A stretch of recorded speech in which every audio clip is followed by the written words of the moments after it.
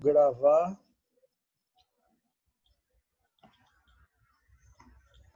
Sara vai entrar agora. Deixa eu ver qual vai ser o primeiro. Vai ser...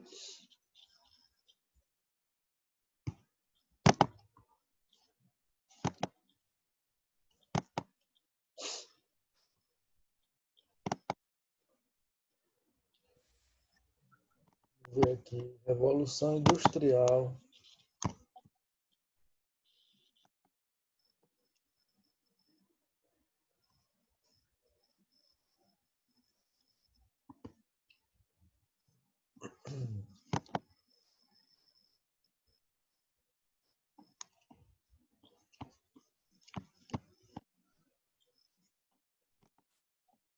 Boa tarde, Felipe.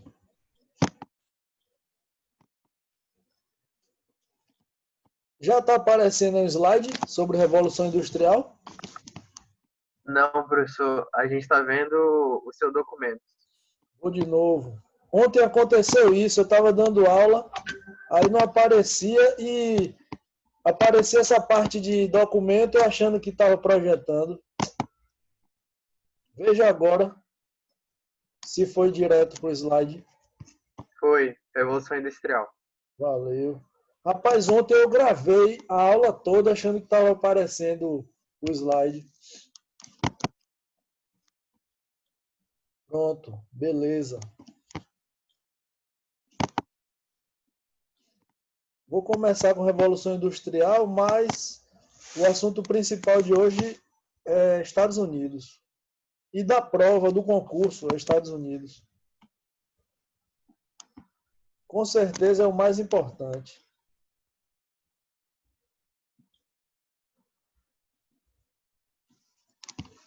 Sobre as fases da Revolução,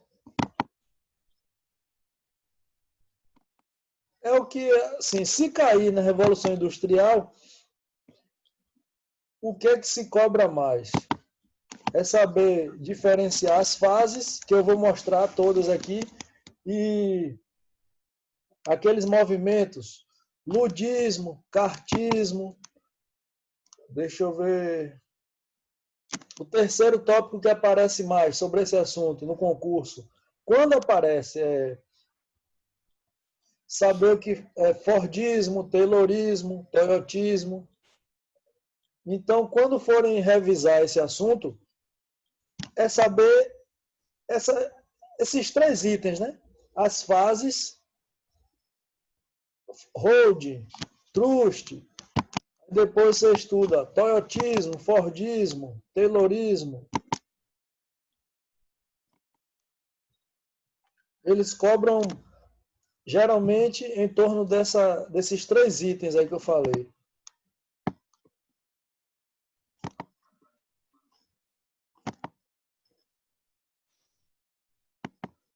Entrou aí, calma.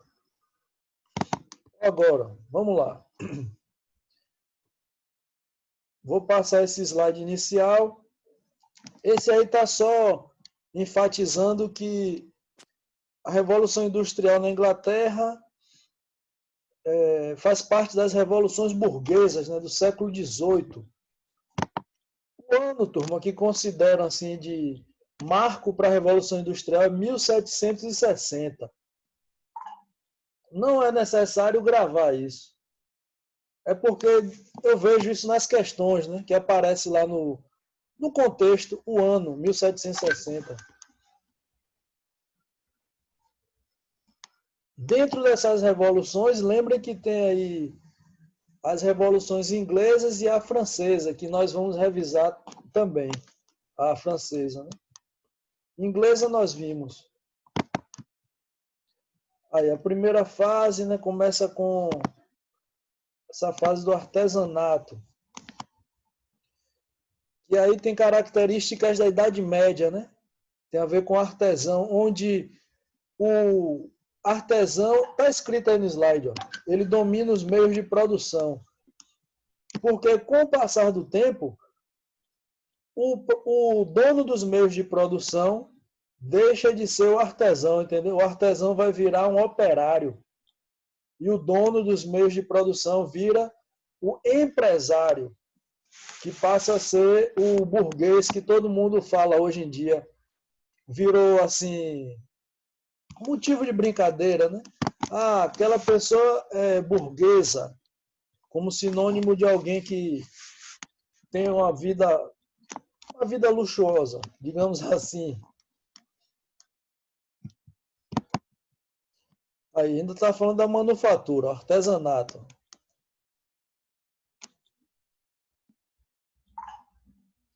Enquanto era manufatura, tem essa ideia do artesão dominando o meio ou os meios de produção. Ainda está ligado a corporações de ofício, ainda é ligado àquilo. Dura de 1760, a primeira fase, a 1860. Sendo que tem livros que alteram essa data. Como na SpaceX a prioridade não é a data, isso não é um problema. O detalhe aqui do que eu estou falando é você, ou vocês, né, observarem as diferenças de cada fase nessa parte do assunto.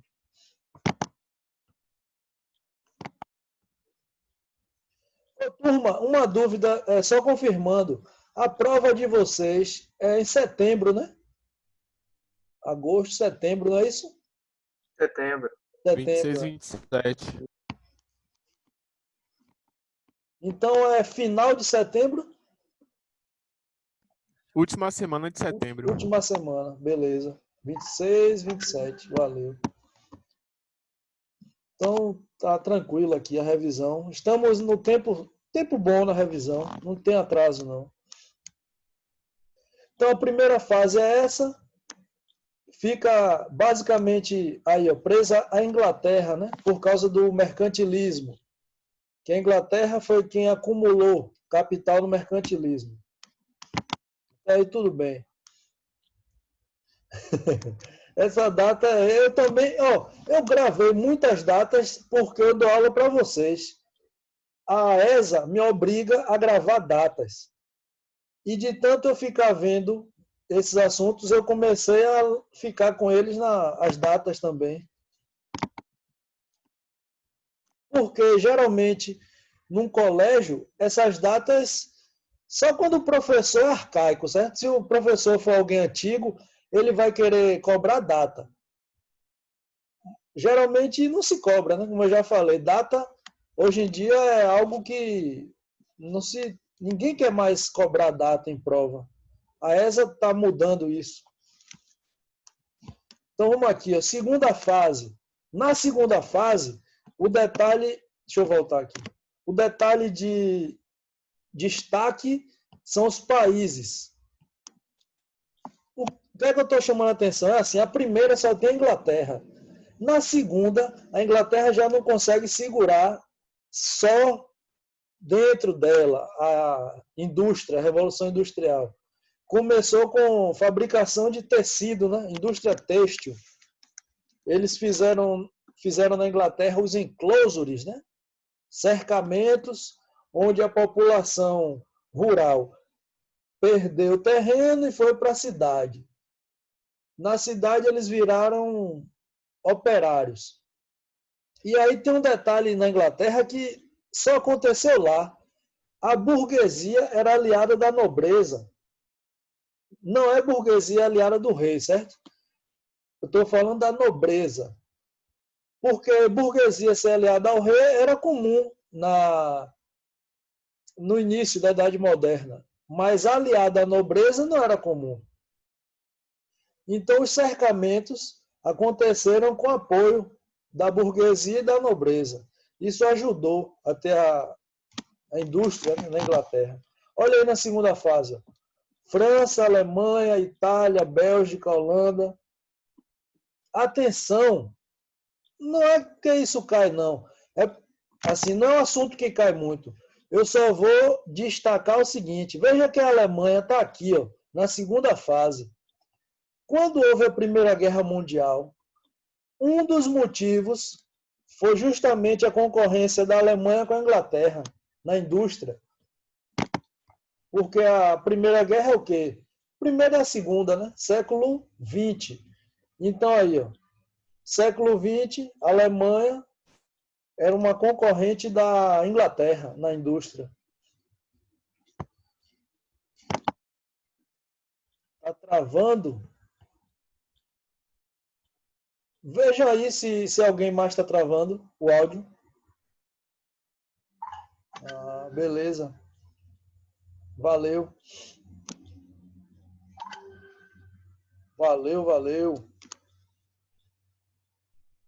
Tá bom. Deixa eu ver aqui. Vamos para a terceira fase. Terceira fase, já, deixa eu ver aqui um destaque que eu não falei, né? Já acontece a energia elétrica na segunda e produtos químicos. Aí vamos para a terceira. A terceira já tem o quê? Química, eletrônica, genética e robótica. É importante gravar isso? Não, não é importante gravar, certo? Não tem esse problema aí. Não é um detalhe que é necessário gravar.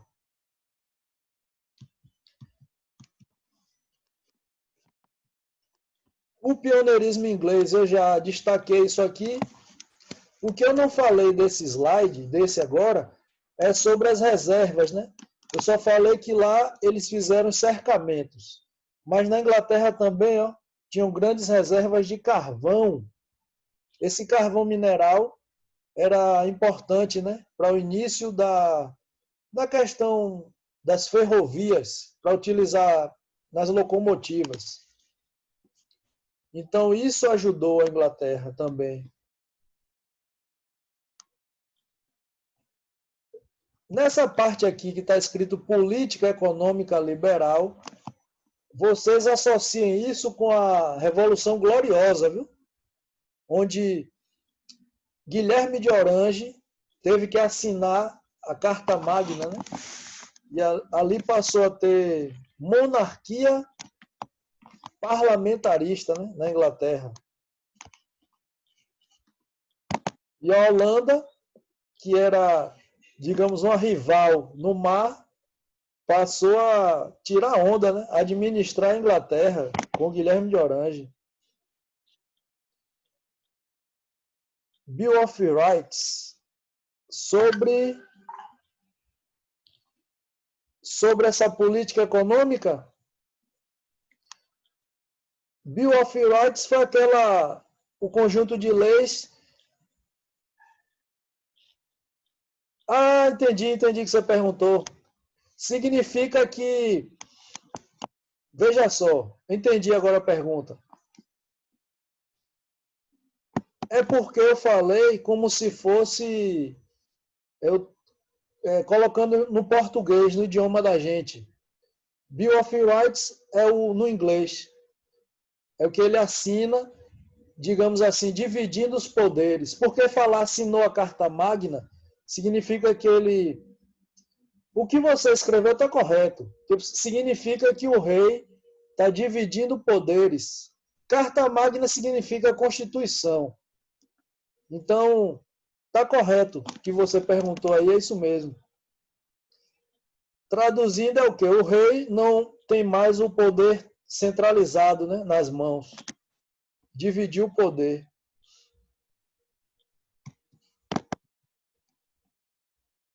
Reservas de minério, isso aqui é na Inglaterra, né? Aqui, ó, enclosures, como eu falei, acumulação de capital, do mercantilismo. Aí veio o pai do liberalismo, Adam Smith. Isso aí nós já vimos. Ele dizia que a economia deveria ser administrada pela própria economia, né? A mão invisível, laissez-faire, laissez-passer. Deixar fazer, deixar passar, né? Que o Estado não pode intervir na economia, ou não deve intervir.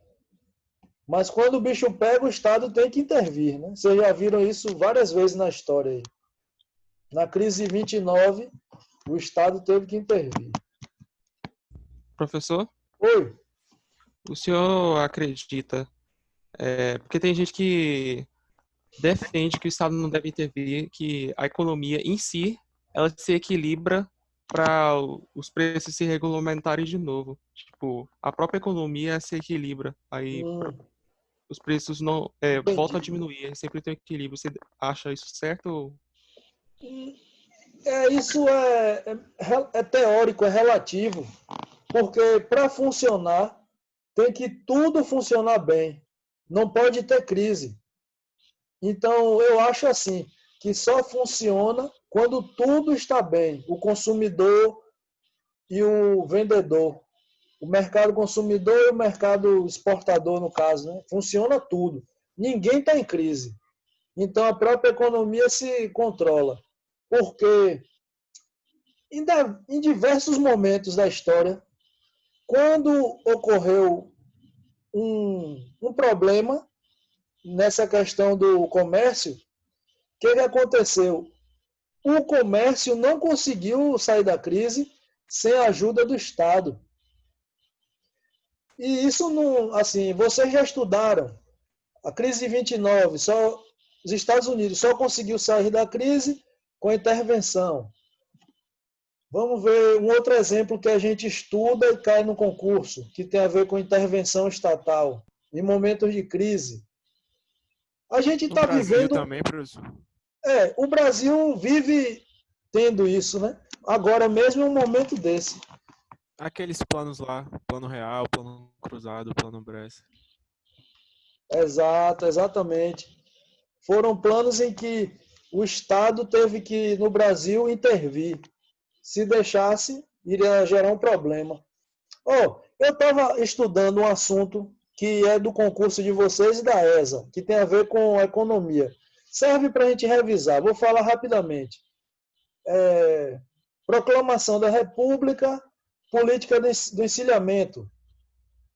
Veja, vocês sabem bem isso, porque foi um momento que assim, cai muito nessa política do encilhamento, a gente estuda no colégio, para o concurso, então é uma política fácil de compreender.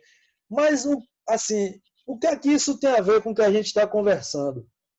É que ali o ministro Rui Barbosa, ele fez justamente o contrário do liberalismo. O que é que ele fez ali de mudança? A gente, quando vê questões, sabe que é assim, emissão de papel moeda nas respostas, né? Quando vem sobre encilhamento. Aí tem lá, emissão de papel moeda, abertura de empresas fantasmas, facilidade com empréstimos, ou no empréstimo. Tudo isso tem a ver com encilhamento. Agora, o que é que houve, além da emissão do papel moeda? Naquele período ali, o ministro da Fazenda, Rui Barbosa, ele fez uma intervenção que foi danosa, foi drástica. O que ele fez? Naquele período, eu já falei isso para vocês quando a gente estudou sobre inflação ou sobre algum assunto desses concursos. É assim, a emissão de papel moeda, eu estou colocando as mãos para vocês terem um exemplo. Ela tinha que ser feita de acordo com as reservas de ouro que existiam no Brasil. Não poderia existir emissão de papel acima das reservas de ouro do Tesouro Brasileiro. Aí Rui Barbosa foi, achando que o Brasil, após a monarquia, seria totalmente bem-sucedido. Ele foi, turma, autorizou a abertura de vários bancos no território brasileiro, sem controlar a emissão de papel moeda. E ele fez aquilo, assim, unilateralmente. Ele que tomou aquela decisão. Não foi o governo que sentou, todos os ministros, o presidente Deodoro, e debateram aquilo. Foi uma decisão do Ministério da Fazenda. Então, se aquilo desse certo, palmas para Rui Barbosa. Mas deu errado e ele fez aquilo sozinho. Tiveram bancos, por exemplo, hoje eu estava lendo que teve um banco em Pernambuco que emitiu muito mais do dobro do que o Brasil inteiro poderia emitir de papel moeda. Essa emissão de papel moeda, acima do lastro que era feito na época, né, que era ouro, gerava inflação. Então a política que era para ser boa gerou inflação no país. E aí, depois descobriram que aquelas empresas todas eram fantasmas, né? Crise na Bolsa de Valores. O que é que foi isso? O Estado foi intervir na economia, autorizando a abertura de bancos e emitindo papel moeda sem controle. Falhou, né? Vamos lá, vou voltar aqui para a Revolução Industrial. Deixa eu compartilhar o slide novamente. Rui Barbosa, ele foi um grande jurista, mas nessa parte econômica ele vacilou muito, né? Com relação ao Brasil.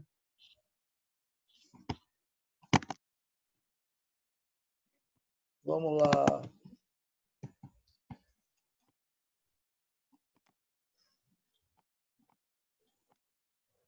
Vou voltar aqui, Tom.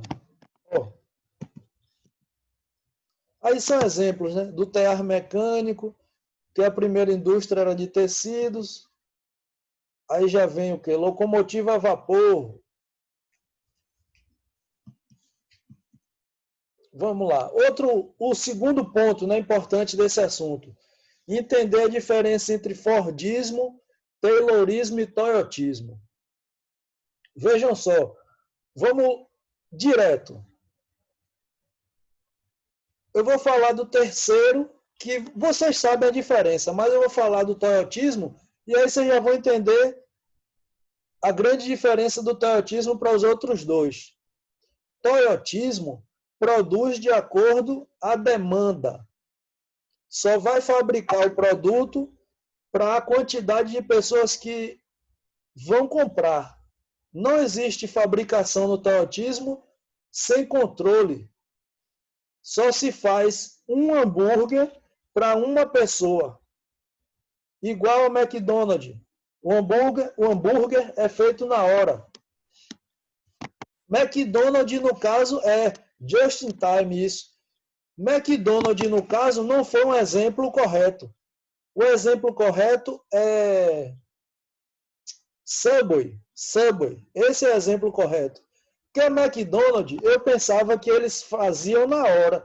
Mas quando você fica observando ali muito tempo, você sabe que eles só montam na hora. O pão, a carne, a salada, e aí monta. Já a Subway, o processo não é só de montagem. É um processo maior do que o da McDonald's. A Subway esquenta. Tem outros detalhes, né? Professor, Oi. a Mac seria mais fordista, né? A McDonald's tem isso de produzir a mais. Porque. Por conta da esteira de produção também. Cada um faz uma coisa. Exato, exatamente. Muito alimento da McDonald's é jogado fora. Já a Subway deve jogar menos, porque é produzido de acordo ao cliente, né? Não é feito em grande escala. Porque o medo da McDonald's, o medo não, a palavra não é medo. O objetivo dela é que a pessoa não fique muito tempo esperando. Por isso eles produzem a mais, né? Mas aí vocês entenderam. O toyotismo é produzir de acordo com a quantidade de consumidores. Toyotismo. O Fordismo, aí eu estou falando, voltando, né? O Fordismo, a diferença dele para Taylorismo é a linha de produção, como você falou agora. No Fordismo, o Henry Ford, o criador dessa marca, né, Ford, ele introduziu a esteira de produção, que tem o filme Tempos Modernos, né? Onde cada operário faz apenas uma função. No toyotismo não é assim. Na Subway, vocês já viram que um funcionário faz tudo. Se a Subway for pequena, a pessoa que monta o sanduíche é a que cobra. Então, ali é toyotismo presente, é um grande exemplo de toyotismo. No Fordismo, não. O Fordismo vai ser uma McDonald's, né? Cada um tem uma função ali dentro e é específica. O Taylorismo não tem a esteira de produção. E Taylorismo e Fordismo, eles produziam em grande escala. Não tinha controle, por isso tomava prejuízo. A crise de 29 foi feita baseada nesses sistemas aí, Fordismo e Taylorismo. Produziu demais e não vendeu. Crise. Vamos lá. Eu coloquei esse slide aqui para diferenciar, mas é o que eu expliquei agora. Aí, ó. Taylorismo e Fordismo. Cadê? O primeiro iniciou o estudo da mão de obra, organizando o trabalho de modo a obter grande produtividade, com menor custo, é o Taylorismo. O Fordismo adicionou a esteira rolante, ditando um novo ritmo de trabalho. Passou a ser mais rápido, né? O Fordismo. E aí o toyotismo foi lá e melhorou os dois, né? Se concentrou no aspecto cultural, organizacional e de sua importância para a competitividade de uma empresa. Ele produz de acordo à demanda, o toyotismo. E o toyotismo surgiu a partir de assim, um grupo que foi lá nos Estados Unidos estudar o Fordismo e o Taylorismo. Quando eles foram para o Japão, né, produzir, eles desenvolveram de acordo à demanda. O toyotismo é assim, né? Aí vem essas diferenças, né? Holding, trust, cartéis, os postos de gasolina, exemplos de cartéis. Eles aumentam o preço juntos, né, dos combustíveis. Grandes empresas, cartéis eu estou lendo. Grandes empresas independentes, produtoras de mercadorias de um mesmo ramo. No caso, eu falei dos postos, né, de gasolina. Um liga para o outro e aí estabelecem o valor do combustível. Deixa eu ver aqui. Holding. Correspondem a grandes empresas financeiras que controlam vastos complexos industriais a partir da posse da maior parte de suas ações. Uma holding grande que a gente conhece pode ser a Ambev. A Ambev não é só de bebida não, viu, turma?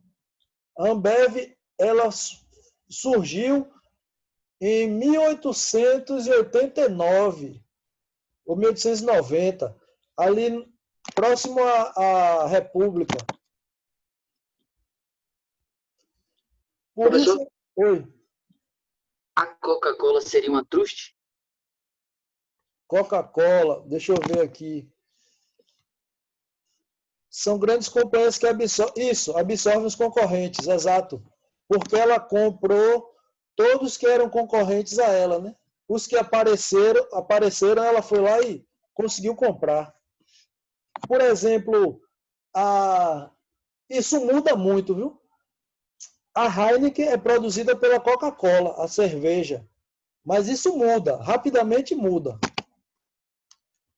Deixa eu ver aqui. Por isso é importante a competição entre muitas empresas para evitar os cartéis. Sim. Isso. O dono do Facebook, né, dessa empresa, Facebook, é um trust, ele está comprando tudo. Ele saiu comprando tudo. Ele começa com uma empresa e agora ele está comprando todos os concorrentes, né? Bill Gates, eu acredito que siga na mesma teoria, só que ele não consegue. Tem uma empresa que é concorrente de Bill Gates que saiu dele.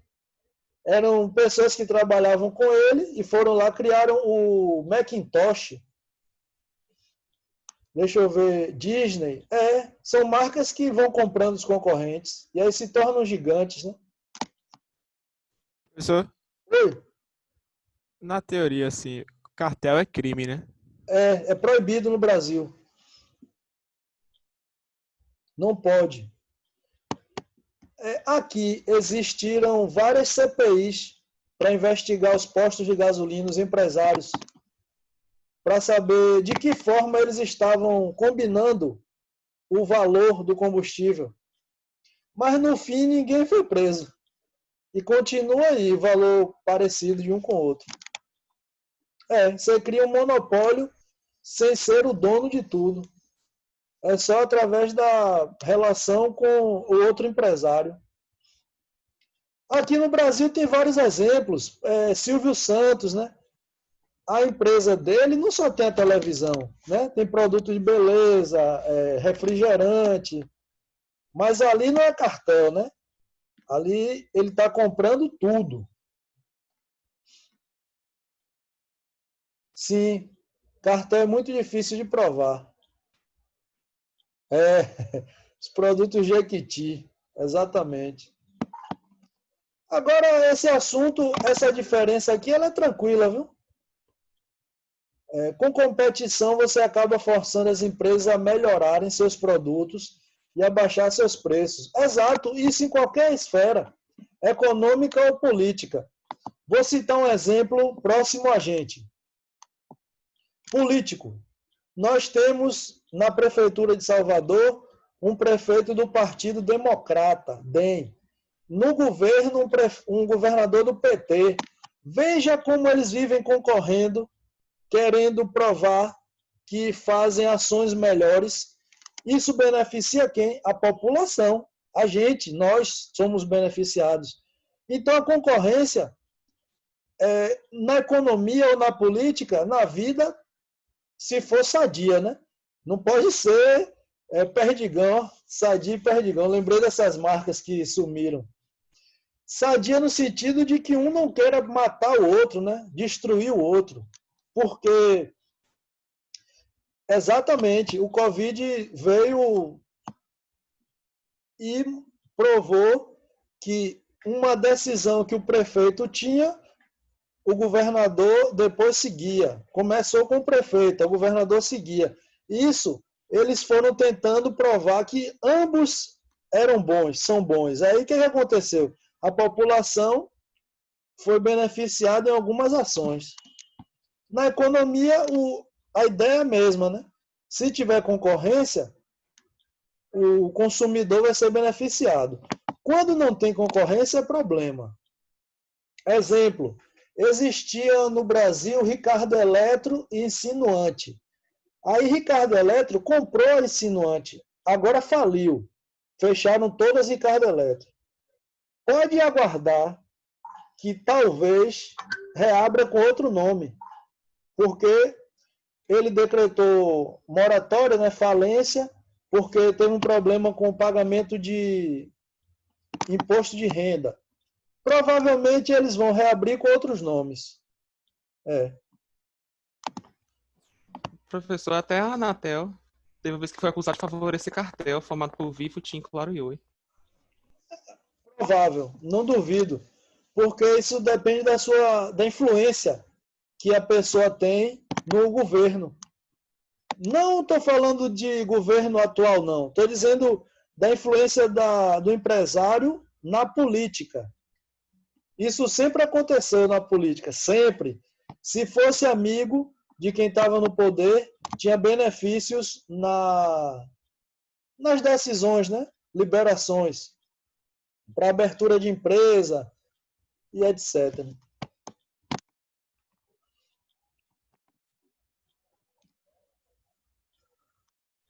Turma, essas divisões aqui também aparecem nas questões. Ó. Ludismo, movimento de quebra-quebra, né, das máquinas. Foi a primeira forma de protesto dos operários, já que eles não tinham ainda os direitos trabalhistas. evoluiu do ludismo para o cartismo, porque o ludismo prejudicava o próprio operário. Quebrar a máquina representava que ele não tinha mais como trabalhar, porque a máquina tem que ser reformada e era prejuízo. Cartismo já foi uma evolução, o protesto passou a ser escrito. E trade unions foram associações criadas que deram origem aos sindicatos. No jornal de hoje, passou aqui, local, um ex-rodoviário, né? E ontem também passou, pegou um ônibus e saiu quebrando. Ele bateu em vários outros ônibus. Se ele fosse funcionário ainda de alguma empresa, fosse ainda rodoviário, aquilo seria um exemplo de ludismo.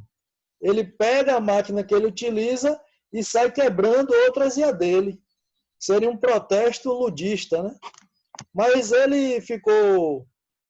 Dizem que ele surtou. Passou isso no jornal meio-dia, de manhã e ontem. Foi aqui em Salvador. Ele falou, aí, Paulo está dizendo, ele disse que estava com raiva do patrão.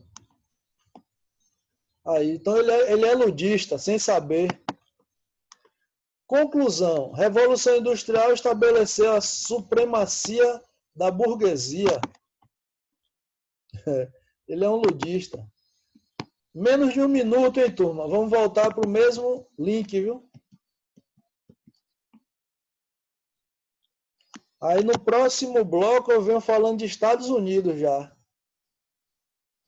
E aí, prestar atenção nessa coisa da ludismo, cartismo, nessas divisões, holding, trust e as fases da Fordismo, Taylorismo, Toyotismo e fases da Revolução. Mas é tranquilo, esse assunto não tem muita complicação, não. Vamos para o principal, que é Estados Unidos. Aí é um assunto que é importante demais. Deixa eu interromper aqui.